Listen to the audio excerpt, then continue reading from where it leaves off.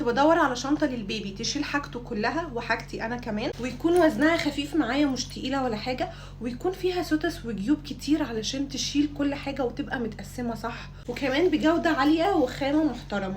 ما لقيتش الكلام ده كله غير في بيدج واحده بس متخصصه اصلا في الشنط المستورده فقط لا غير. مش بس كده، لقيت حاجات انا ما كنتش متخيلاها، زي مثلا شهاده ضمان لمده 1.5 سنة، كفر الغيار للبيبي او المشمع يعني مبطن وخامته حلوه جدا، تقدري تغيري للبيبي فيها في اي مكان، سواء عند مامتك في النادي في اي حته. دي حاجه مستحيل تلاقيها في اي شنطه. كمان لقيت معاها كفر للببرونه حراري، يعني عمر الببرونه ما هتبرد منك، هتفضل سخنه ومحتفظه بحرارتها عادي لاخر اليوم. كمان فيها وصله USB، يعني اتحداكي انك تلاقي حاجه زي كده في اي شنطه في الدنيا. الشنطه نفسها بقى مليانه تفاصيل كتير جدا، جيوب وسوتس كتيره وكل حاجه معمول حسابها. الشنطه كلها بالجيوب بالسوتس كله ووتر بروف، يعني لو حطينا هدوم للبيبي مبلوله او اي حاجه عمرها ما هتتاثر.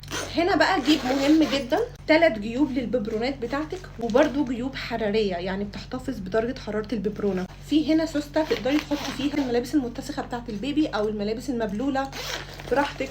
ورا بقى بتلاقي سوسته من تحت علشان تسهل عليكي كل حاجه موجوده في الشنطه من تحت. وهنا نقدر نحط الموبايل او نحط المحفظه او اي حاجه. عندنا كمان جيب هنا للمناديل ونسحب من هنا، بصوا الدلع بقى، وجيب تاني كمان من الناحيه دي. جوه بقى نقدر نحط كل حاجه البيبي، كل الملابس بتاعته والكوفرتات بتاعته وهدومي انا كمان لو عايزه. هي كبيره وواسعه وبتشيل كميات رهيبه. كمان فيها الاتنين دول علشان تحطيها في السترولر بتاعتك. موجود من الشنطه الوان كتير جدا، مش عارفه اقول لكم ايه بس انا حبيت. عمليه جدا وخامه عاليه قوي، وانا اتعلمت ان انا كل حاجه بشتريها اشتريها من المكان المخصص ليها.